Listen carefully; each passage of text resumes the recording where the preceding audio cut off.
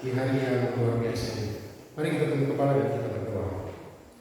Segala puji, hormat dan sembah hanya bagi Dia Tuhan yang telah menyertai dan membawa kami ke tempat ini. Terima kasih, kami mengucap syukur oleh karena Tuhan beri kesempatan kami menikmati hadirat-Mu melalui puji-pujian penyembahan kami. Dan saat ini kami mau belajar dari firman-Mu. Kami merindukan Tuhan bicara secara pribadi kepada masing-masing kami. Dan pakailah Hamba-Mu untuk menjadi alat sumber berkat firman, tetapi lebih daripada itu, berikanlah kepada kami sekalian sikap hati yang benar, belajar firman untuk melakukannya supaya kami hidup dalam berkat-berkat firman-Mu. Berfirmanlah ya Tuhan, kami siap untuk mendengar. Di dalam nama Yesus kami berdoa. Amin. Baik, Bapak Ibu Saudara, hari Jumat kalau tidak salah saya sudah mengirimkan tema khotbah saya di grup, tapi tadi malam jam 11 malam saya ini sudah catatan khotbah, saya sudah tulis tanggal lagi ya untuk khotbah yang kemarin ini ada, sudah siap. Tapi tadi malam tidak bisa, akan menggerakkan saya untuk membicarakan tentang sesuatu keistimewaan yang ada dalam kehidupan kita manusia, yaitu air mata. Siapa yang pernah ada air mata? Ada yang tidak pernah keluar air mata? Wah, itu bahaya, kamu tidak pernah. Minimal waktu kecil keluar air mata, betul tak? Yang laki-laki bilang, saya tidak pernah keluar air mata. Mau waktu kecil saya dapat cubit sedikit saja, nangis. Nah, saya dan berpikir bagaimana ya dari saudara, setelah saya melihat Mazmur 126, saya sudah khotbah di sini 2 atau 3 kali Mazmur itu. Pertama dari ayat 1 sampai ayat yang ke-6 kalau tidak salah kalau saya khotbah. Kemudian saya pernah khotbah ayat 5 dan 6 sendiri. Dan saat ini ketika saya belajar, saya melihat pasal 126 ayat yang ke-4 sampai ayat yang ke-6. Nah Bapak Ibu Saudara, tapi kayaknya bagian penyampaian firman Tuhan kali ini beda dengan cara saya menyampaikan seperti biasanya. Saya akan lebih kepada mungkin kesaksian pribadi atau kesaksian orang-orang lain sebagai refleksi. Sama seperti perjamuan kita melayani yang sakit pada hari malam, saya mendekati dengan refleksi. Nah saudara, Mazmur 126 kita baca full saja, walaupun yang akan kita teman ayat 4 sampai ayat 6. Mazmur 126 baca sama-sama. Saya baca nyanyian siaran dan kita mulai. Mazmur 126 nyanyian siaran mulai. Ketika Tuhan memulihkan keadaan Sion, keadaan kita seperti orang-orang bermimpi. Pada waktu itu kita penuh dengan tertawa dan lidah kita dengan sorak-sorai. Pada waktu itu berkatalah orang di antara bangsa-bangsa, Tuhan telah melakukan perkara besar kepada orang kami. Tuhan telah melakukan perkara besar kepada kita, maka kita bersukacita. Pulihkanlah keadaan kami ya Tuhan, seperti memulihkan batang air kering di tanah Negev.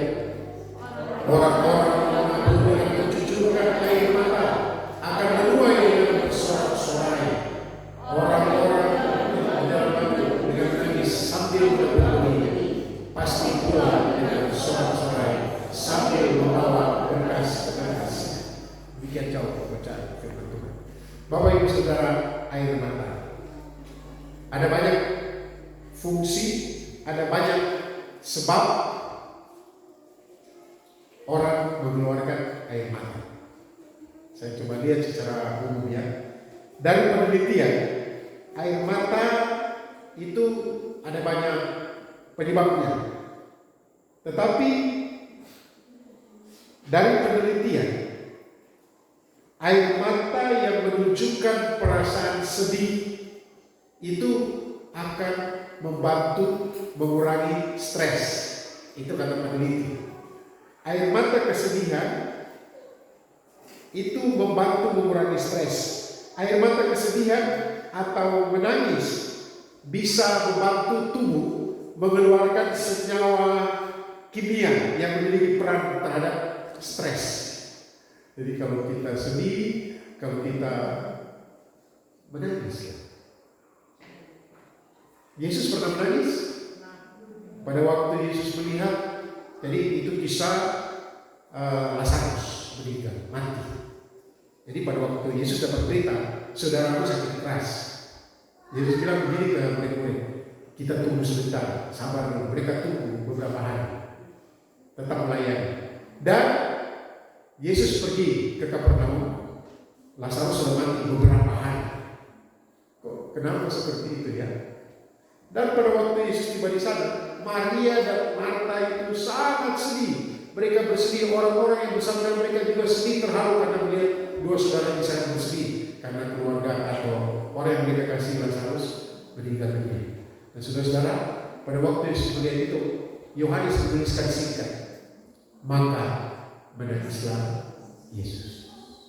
Saya meneliti pada waktu saya belajar Injil Yohanes secara khusus. Yesus menangis itu oleh karena dia menangisi maut yang menyebabkan, yang membuat orang mati. Dan memang maut akan menjadi bagian kehidupan kita.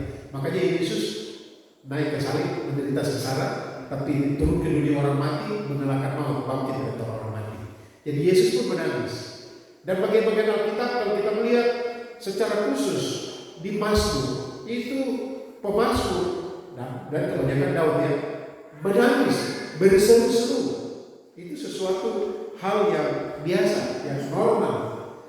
Saudara-saudara, tetapi saudara seperti saya katakan tadi, air mata kesedihan menurut penelitian itu memiliki peran yang sangat penting terhadap stres, melepaskan hormon stres. Tetapi dari firman Tuhan, coba kita lihat dalam Mazmur 56 ayat 9. Ini dia, Mazmur 56 ayat 9. Firman Tuhan dituliskan di sini dengan yakin. Daud mengatakan seperti ini. Sama-sama baca. 1, 2, 3. Sengsaraku engkaulah. Siapa itu engkau? Tuhan. Sengsaraku engkaulah yang menghitung-hitung. Air mataku kau taruh ke dalam. Air mata kita siapa yang taruh ke dalam kirbat? Ke dalam kirbat siapa? Tuhan. Bukankah semuanya telah kau daftarkan? Saudara-saudara, dengan yakin Daud mengatakan, air mataku kau taruh ke dalam kirbatmu. Bukankah semuanya telah kau daftarkan? Saudara-saudara, air mata secara rohani memiliki kekuatan yang luar biasa. Karena itu tema khotbah saya pada saat ini adalah kekuatan air mata. Pak Gembala waktu susun khotbah ini tadi malam ada keluar air mata kan? Tidak. Ya, saya hanya merenungkan masa-masa lalu, masa-masa di mana saya mengeluarkan air mata. Saudara-saudara, kita orang-orang percaya harus sungguh-sungguh mengerti bahwa air mata memiliki kekuatan yang luar biasa. Kalau begitu kita mari keluarkan air mata semua. Kau tertawa ya? Pertanyaannya, mengapa air mata memiliki kekuatan yang luar biasa? Air mata yang seperti apakah yang memiliki kekuatan yang luar biasa? Dalam Mazmur pasal 126 ayat 4-6, kita akan mempelajari 3 hal di mana yang menegaskan bahwa air mata memiliki kekuatan yang luar biasa. Yang pertama, ayat yang keempat. Di dalam ayat yang keempat ada doa di sini. Pulihkanlah keadaan kami. Saya sampaikan secara singkat saja latar belakangnya. Jadi ini kan janjian siara. Janjian siara itu seperti begini. Orang Israel datang dari mana-mana. Mereka ke Sion. Sion itu Yerusalem. Dan Bait Allah ini agak puncak sedikit. Sama dengan kita punya ini. Jadi waktu mereka menaiki tangga-tangga Bait Allah, mereka mulai menyanyikan janjian-janjian ziarah yang menjelaskan tentang pengalaman mereka masa lalu. Jadi mungkin kalau pas kita, ya kami dari mobil jadi, mungkin kalau yang jalan pas saya dari bawah mulai menyanyi mulai ya. Kau hiasi kehidupanku dengan kemurahanmu, sambil naik menuju ke gedung gereja Bahtera Goa. Kau rancangkan masa depanku, walaupun mungkin asam urat sudah naik ke sini, asam urat kau tidak berfungsi sama sekali. Amin. Oke. Saudara, itu gambaran. Dan Israel menyanyikan pengalaman mereka, tetapi ceritanya sedih sebetulnya. Mereka itu ada di pembuangan Babel. Bukan hanya di pembuangan, mereka itu dalam keadaan yang betul-betul terhina. Dan dalam keadaan seperti ini, saudara, ayat 1 menjelaskan ketika Tuhan memulihkan keadaan Sion. Jadi mereka membayangkan pada waktu mereka di Babel, tidak mungkin mereka bisa keluar, tidak ada harapan untuk pulang. Tetapi Tuhan bawa mereka kembali, saudara, dengan keajaiban. Bahkan difasilitasi oleh raja pada waktu itu. Dan mereka bilang, Tuhan, kami seperti mimpi. Orang-orang juga heran, Tuhan telah berbuat perkara besar kepada mereka. Tetapi saudara, dalam ayat 4 ada doa, pulihkanlah keadaan kami. Karena apa? Waktu mereka berjalan pulang ke Yerusalem dan mereka tiba di Yerusalem, tembok Yerusalem runtuh. Kemudian bait Allah juga hancur. Perih hati mereka dan mereka berdoa kepada Tuhan. Nah, itu yang kita lakukan. Ada 3 hal yang berkaitan dengan air mata, kekuatan air mata. Yang pertama, air mata yang bagaimana kan? Yang memiliki kekuatan. Ayat yang keempat, air mata doa. Sekali lagi, air mata doa. Di sini Israel berseru, pulihkanlah keadaan kami, ya Tuhan. Mereka berseru seolah memerintah Tuhan. Dalam bahasa Ibrani digunakan istilah di sini kalau di tata bahasanya kalimat perintah. Apakah manusia bisa perintah Tuhan? Tidak, ya. Tetapi kalimat perintah atau imperatif di sini menegaskan karena yakinnya dia kepada Tuhan yang berkuasa, kepada pribadi yang sanggup mendengar dan menjawab persoalannya. Dia berseru, pulihkanlah keadaan kami. Bukan hanya keyakinan itu, saudara, tetapi paling mereka akan berseru dengan air mata mereka, dengan keyakinan, dan mereka katakan begini, seperti memulihkan batang air kering di tanah Negev. Tanah Negev ini adalah mereka membayangkan di daerah tandus, kemudian ada batang-batang air, bukan mata air kecil-kecil, batang-batang air. Artinya seolah mereka berkata, Engkau pulihkan kami, pulihkan keadaan kami. Kami tahu yang adalah padang gurun pun Engkau bisa mengalirkan aliran-aliran air karena kuasa. Nah, doa ini adalah, kemudian ayat yang ke-5 dilanjutkan dengan orang-orang yang menabur dengan mencucurkan air mata. Pasti doa ini adalah doa dengan air mata. Saudara, apakah di gereja juga doa kita dengan air mata? Bukan. Kadang-kadang ada orang supaya kelihatan serius. Itu air mata itu dari hati. Doa ketika kita dalam pergumulan yang begitu berat berhubungan dengan diri kita atau orang lain, atau kita dihianati, atau kita mungkin menjadi khawatir berhubungan dengan anak-anak kita, cucu kita. Ketika kita berdoa dari kesembuhan, ada air mata. Ada kadang-kadang kita cuma tutup mata saja. Hati kita bicara kepada Tuhan. Inilah air mata yang memiliki kekuatan. Kami coba lihat di dalam Mazmur 50 berapa tadi? Tuhan menampung air mata kita dalam firman-Nya. Saya tidak bilang begini, menangislah air mata, menangis. Tidak, tapi saya bilang begini, saudara. Ketika kita ada beban pergumulan, ketika kita ada kekhawatiran ke depan, curahkanlah air mata. Karena Mazmur berapa tadi? Kita baca ulang 56 ayat 9. Kita akan ulang-ulang Mazmur 56 ayat 9. Karena apa? Sama-sama baca. 1, 2, 3. 1. Siapa yang itu? Tuhan yang itu. Air mataku kau tahu. Jadi air mata doa kita yang sungguh-sungguh tidak terbuang percuma. Ini dikira Tuhan. Itu yang pertama. Yang kedua, air mata yang bagaimana yang memiliki kekuatan. Ayat 5 dan ayat 6 kita lihat di sini. Ayat 5, orang-orang yang menabur dengan mencucurkan air mata akan menuai dengan sorak-sorai. Orang yang berjalan maju dengan menangis sambil menabur benih pasti pulang dengan sorak-sorai sambil membawa berkas-berkasnya. Air mata perjuangan artinya penderitaan, pergumulan, persoalan, tantangan tidak boleh menghalangi atau menghalangi usaha atau perjuangan kita.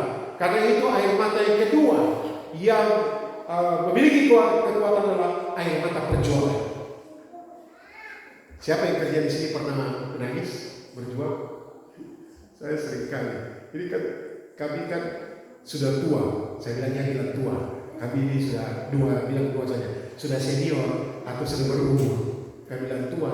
Kesannya itu sudah loyal, mampu lagi, ya tapi sudah berumur. Nah kadang-kadang kan kami hamba Tuhan, kami melayani dengan kemurahan Tuhan. Tapi dalam kehidupan kami berjuang untuk anak-anak sekolah, untuk biaya kehidupan. Kan di Papua biaya hidupnya bagaimana? Untuk biaya pelayanan. Dan kami sudah punya usaha dari 2005. Kami berusaha dari petak kecil sampai ini. Kemudian satu saat saya dalam keadaan sakit, bini juga dalam keadaan kurang sehat. Saya mengurus di belakang sambil saya air mata. Saya bilang begini, Tuhan kuatkan saya. Saya mau berjuang. Saya mau berjuang supaya apa? Saya memiliki sesuatu mungkin bisa dibagi ke orang lain, tapi juga untuk mencukupi kebutuhan kami setiap hari. Bisa juga membiayai pelayanan dan lain sebagainya. Sambil ini saya bilang, Tuhan kapan ini akan berakhir? Tidak apa-apa, saudara. Ketika kita buka kebun, ketika kita mengolah tanah, saya pernah tanam di sini petatas itu tidak jadi tadi. Mungkin karena tanahnya sudah terkikis ya unsur haranya. Tapi waktu tanam jagung bisa memang jagungnya kita pernah nikmati sama-sama dulu ya sebagian ya di sebelah sana. Tapi saudara, ini membutuhkan perjuangan. Kadang-kadang air mata. Apalagi ada desakan keperluan ini, keperluan itu, anak sudah telepon baru saya ini, aduh gimana? Saya pada waktu bapak saya meninggal itu, kan baru pulang dari Manado, masih di kapal dapat informasi bapak meninggal. Saya menangis begini, Tuhan saya mau pergi bagaimana caranya? Karena masalah uang. Ketika saya curhat kepada Tuhan, saya berusaha saudara. Pada waktu saya berusaha, Tuhan buat jalan. Tuhan buat jalan. Ada orang datang, Dolphin, sudah diberikan tiket, puji Tuhan. Jadi jangan yang pertama saya air mata doa. Saya sudah berdoa dan saya menangis terus dan kau tidak berusaha, tidak bisa. Ada air mata kedua adalah air mata perjuangan, harus berjuang. Tidak mau berjuang. Tuhan saya tidak tahu ini mau tulis matematika saya paling bodoh. Baru tidak belajar, tinggal menangis itu malam. Baru tidak pernah menghafal itu rumus. Tidak bisa lah. Yang belajar kok menangis itu. Ingat Musa ya. Saya beberapa kali khotbah di sini. Musa bilang kepada orang Israel, Pak tenanglah, orang Mesir yang lihat besok, kalau lihat hari ini, besok tidak lihat lagi. Jangan takut. Wah dia kasih semangat, jangan takut kamu semua. Tuhan beserta kita. Kemudian dia pergi ke kemah dan dia menangis di situ. Saya sudah sampaikan ini. Tuhan, stop kau menangis, keluar dan ajukan otak terbelah. Dia tahu. Jadi menangis dalam doa itu memang memiliki kekuatan. Kalau cuma menangis terus tidak bisa. Harus ada keluar air mata perjuangan. Yang masih muda ingat, berjuang. Hidup ini berat, saudara. Berat. Dia bilang, gampang saja. Iya, kok putus cinta saya kok pusing. Pasti pusing, gitu. Itu baru putus cinta. Usaha, putus. Ada yang lain yang Tuhan siapkan yang terbaik. Tetapi sekolah juga, usaha. Apalagi kerja, usaha. Wah saya mau supaya saya dihargai dalam pekerjaan saya. Persembahkan yang terbaik, ya. Itu yang kedua ya. Kata-kata penting di sini adalah begini, katakan begini. Orang-orang yang menabur dengan apa? Berarti ini kan perjuangan dengan air mata. Kemudian berjalan maju dengan menangis. Dengan menangis sambil menabur benih. Bukan dengan menangis terus menangis. Tidak, sambil menabur benih, sambil berusaha, sambil berjuang. Itu yang kedua. Yang ketiga, ini ciri-ciri khotbah pendek. Tadi pertama apa? Air mata, doa. Yang kedua, air mata, perjuangan. Yang ketiga kira-kira air mata apa? Ayat 5 dan 6. Pasti pula dengan sorak-sorai. Ini kan pengharapan, toh? Pengharapan. Mereka dalam keadaan tertekan, mereka dalam kesulitan, dan mereka punya air mata pengharapan di mana Tuhan akan memberikan mereka sorak-sorai. Yang ketiga, air mata kebahagiaan. Pernah ada air mata kebahagiaan? Sering ya. Yang bersaksi minggu lalu di sini kan air mata kebahagiaan atau apa? Puji Tuhan. Puji Tuhan, anak sudah selesai bikinin 3 penelitian kok air mata kebahagiaan. Kuat itu enggak? Air mata yang kuat. Saya waktu mau pulang kami itu waktu kuliah, saya pindah resep untuk Billy dan kita mahal sekali resepnya. Kami tidak punya uang. Kami semua pulang baru selesai studi. Saya selesai wisuda S2, lulusan terbaik, tapi saudara, untuk mengucapkan syukur cuma beli nasi kucing. Tahu nasi kucing di Jogja, tahu nasi kucing. Ada orang datang, selamat ya sudah wisuda. Kita beli nasi kucing karena uang, karena mau pulang lagi, baru ada resep. Saya dan ibu, Tuhan, bagaimana ini? Sebelum pergi wisuda, saudara, dapat telepon Pak Gembala. Kan Pak Gembala itu berarti siapa ini? Padahal saya lama tidak ketemu mereka. Pak Gembala, ini kami ada transfer 6 juta. 6 juta tempo dulu, saudara. Bagaimana ya? Dan resep itu kalau tidak salah 2 juta kan? Satu orang, satu anak ini 2 juta, 1 juta, 1 juta lebih. Oh Tuhan, terima kasih. Baru ada mahasiswa mau antar kami ke Semarang, ke Surabaya. Dan ya bisa pakai bis, karena ada 6 juta masuk. Dan ketika kami pergi ke mana? ATM, saya masuk ke ATM. Pas masuk, Bapak, engkau sungguh baik. Saya tidak bisa lihat, kamu kasih pin, tidak bisa lihat. Kasihmu lipat laku di hidupku. Baru saya lihat angka 6 juta di sini. Oh Tuhan, angka 6 juta ini yang membuat saya menangis. Tapi bagaimana tepat waktu Engkau sudah tolong saya. Air mata kebahagiaan. Tapi saudara mau bahagia, kan naik motor pulang. Naik motor pulang, mata berkaca-kaca. Ini bagaimana Tuhan? Jangan saya pulang ke rumah Bapak yang tidak gitu.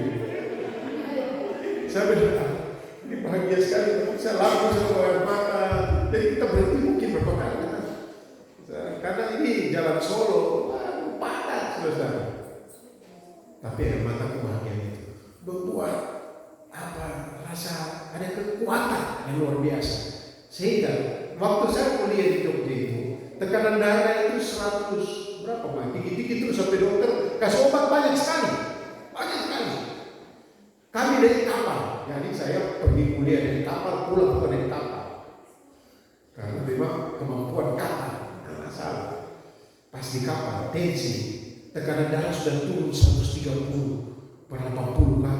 Saya bilang, tidak minum obat tapi sudah turun. Karena air mata kebahagiaan. Itu adalah tes saja ya, tes. Kebahagiaan itu kan tidak dibuat-buat.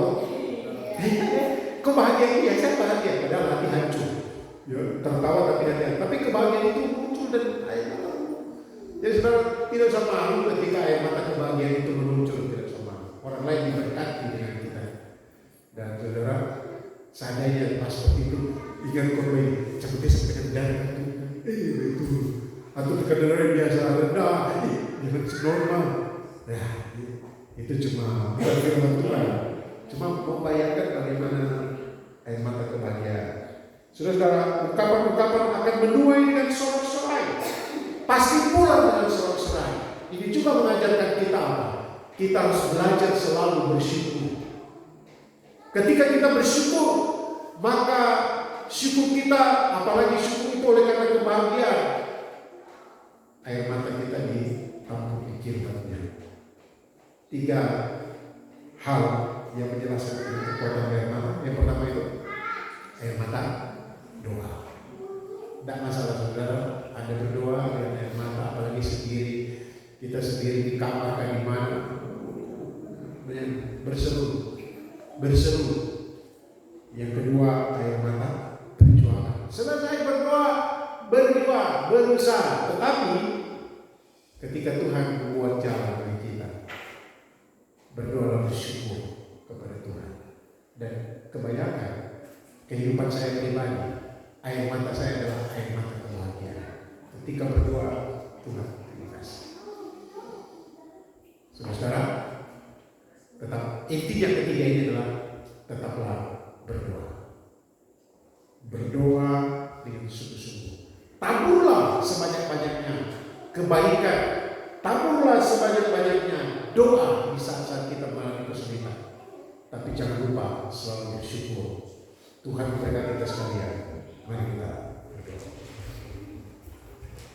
Segala puji, hormat dan sembah hanya bagi Tuhan yang telah menyertai dan terus memberkati kami.